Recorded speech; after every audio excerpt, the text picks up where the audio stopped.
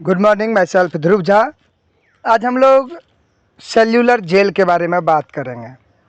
देखिए, cellular jail Andaman Nicobar द्वीप की राजधानी पोर्ट ब्लेयर में बनी हुई है।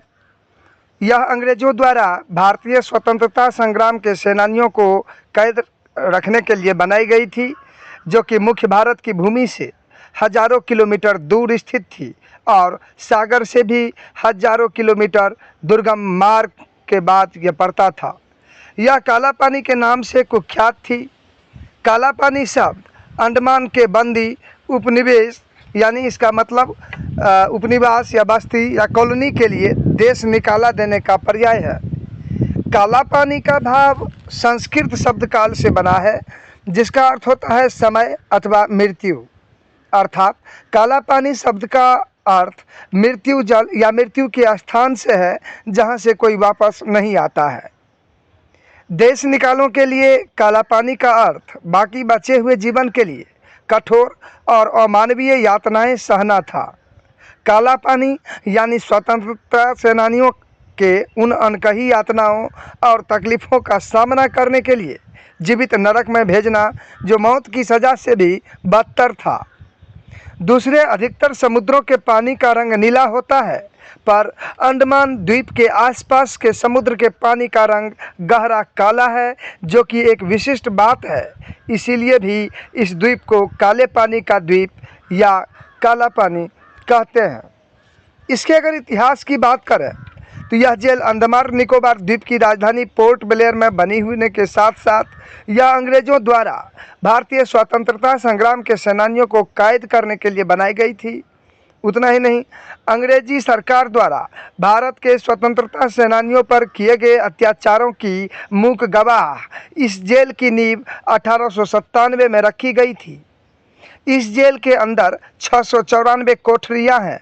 इन कोठरियों को बनाने का उद्देश्य बंदियों के आपसी मेल जोल को रोकना था। ऑक्टोपस की तरह 7 शाखाओं में फैली इस विशाल कारागार के अब केवल 3 अंश बचे हैं। कारागार की दीवारों पर वीर शहीदों के नाम लिखे हैं। यहाँ एक संग्रहालय भी है, जहाँ उन अस्त्रों को देखा जा सकता है जिनसे स्वतंत्रता सेनानियों पर अत्याचार किए जाते थे। अंडमान में उपनिवेश स्थापित करने का मुख्य उद्देश्य समुद्री तूफानों में फंसे जहाज़ों को सुरक्षित स्थान उपलब्ध कराना था। यह सोचा गया कि एक अस्थायी बस्ती ही समुद्री जहाज़ों की सुरक्षा का एकमात्र समाधान है। इन द्वीपों में बस्ती बसाने का पहला प्रयास जब कैप्टन आर्चिबाल्ड ब्लेयर ने चाथम द्वीप में एक बस्ती बसाई। इस बस्ती को बाद में उत्तरी अंडमान में पोर्ट कॉर्नवालिस स्थानांतरित कर दिया गया, क्योंकि उस स्थान को नौसैनिक दृष्टि से उपयुक्त समझा गया। बस्ती बसाने का यह प्रयास सफल नहीं रहा और इसे 1796 में समाप्त कर दिया गया। 60 वर्षों के बाद पुनः इन द्वीपों में समुद्री जहाज़ों की सुरक्षा हेतु अस्थायी बस्ती बसाने का सवाल आया, परंतु बंदी उपनिवेश की स्थापना वास्तव में 1851 ईस्वी में प्रथम स्वतंत्रता संग्राम के देशभक्तों को जिला वतन करने के लिए स्थापित किया गया। प्रथम स्वतंत्रता संग्राम के 200 स्वतंत्रता सेनानियों के पहले जत्थे के अंडमान और निकोबार तथा निकोबार द्वीपों में 10 मार्च 1858 के आगमन के साथ बंदी उपनिवेश की शुरुआत हुई। सभी लंबी अवधि और आजीवन कारावास की सजा पाए देशभक्तों जो किसी कारणवश बर्मा और भारत में मृत्यु दंड से बच गए थे, उन्हें अंडमान के बंदी उपनिवेश में भेजा गया। प्रथम स्वतंत्रता संग्राम के पश्चात वहाबी विद्रोह, मणिपुर विद्रोह आदि से जुड़े सेनानियों और अन्य देशभक्तों को अंग्रेजी सरकार के विरुद्ध आवाज़ उठाने के जुर्म में अंडमान के बंदी उपनिवेश भेजा गया। सेल्यूलर जेल में सज़ा क्या दी जाती थी, इसके बारे में बात कर लें। वीर सावरकर को स्वाधीनता आंदोलन से जुड़े होने के कारण अंग्रेजों द्वारा दोहरे आजीवन कारावास की सज़ा सुनाकर अंडमान निकोबार की सेल्यूलर जेल में रखा गया था, जहां अंग्रेजों द्वारा उन्हें यातनाएं दी गई थी। इस बात का उल्लेख आज पीएम ने मन की बात कार्यक्रम में भी किया था। सेल्यूलर जेल के महत्व की अगर बात करें 1906 में अंग्रेजों द्वारा निर्मित यह 3 मंजिला जेल स्वतंत्रता सेनानियों के लिए एक तीर्थ स्थल है। इस विशाल इमारत ने अभियुक्तों, जो कि मुख्यतः स्वतंत्रता सेनानी थे, उस पर अमानवीय नृशंस अत्याचारों के मुख्य गवाह हैं। अब राष्ट्र को राष्ट्रीय स्मारक के रूप में समर्पित किया गया है। काला पानी की सज़ा क्या है? तो काला पानी की सज़ा ब्रिटिश द्वारा विद्रोहियों और स्वतंत्रता सेनानियों से निपटने के लिए शुरू की गई थी, जो उनके औपनिवेश शासन के लिए खतरा थे। सेल्यूलर जेल में कैदियों को दिया जाने वाला सबसे काम तेल पीसना था। यह सबसे कठिन काम था और कुछ की मौत, एक के पागलपन और कैदियों की आम हड़ताल का कारण बना। यह अधिकारियों की ओर से अमानवीयता की हद तक संवेदनहीनता का सबसे दयनीय सबूत प्रस्तुत करता है। अंडमान के सेल्यूलर जेल में कारावास जीवन की सभी कठिनाइयों में कठोर काम, अल्प भोजन और कपड़े, कभी कभी पिटाई और अन्य जैसे कि मूत्रालयों और शौचालयों की व्यवस्था जितनी कष्टप्रद और घृणित थी, उतनी और कुछ नहीं। सेल्यूलर जेल, जिसे काला पानी के नाम से भी जाना जाता है, इस जेल का उपयोग भारत की औपनिवेशिक सरकार द्वारा अपराधियों और राजनीतिक कैदियों को निर्वासित करने के उद्देश्य से किया जाता था। उतना ही नहीं, जेल में अगर क्या क्या काम होते थे, तो काम के अंतर्गत जो है बहुत ही किस्म के काम करवाया जाता था, जैसे कि कारपेंटर वाला काम, कहीं दूर ले जाकर खुदाई करना, चट्टान वगैरह तोड़ना, कुछ साफ सफाई का काम वगैरह करवाया जाता था। यानी अगर बात करें तो शारीरिक परिश्रम वाला काम ही करवाया जाता था।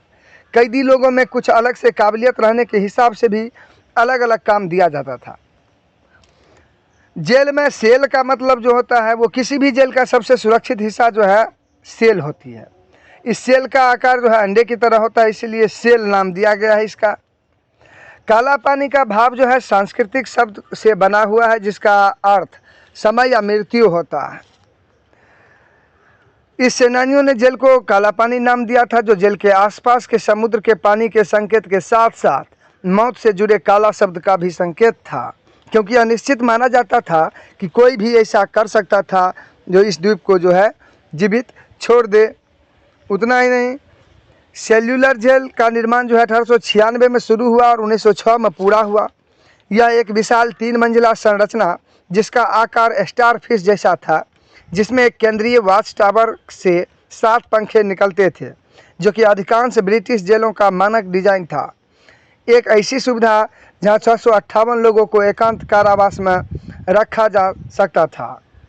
सेल्यूलर जेल में अनेक भारतीय क्रांतिकारियों ने अपना बंदी जीवन व्यतीत किया, जैसे विनायक दामोदर सावरकर, जयदेव कपूर, आशुतोष लाहिड़ी, होतीलाल वर्मा, बटुकेश्वर दत्ता, बाबूराम हरि, नानी गोपाल मुखोपाध्याय, सरदार गुरमुख सिंह, पंडित परमानंद, वरिंद्र कुमार घोष, इंदु भूषण राय, पृथ्वी सिंह आज़ाद, पुलिन दास, त्रिलोकीनाथ चक्रवर्ती, यानी यही सब इत्यादि थे।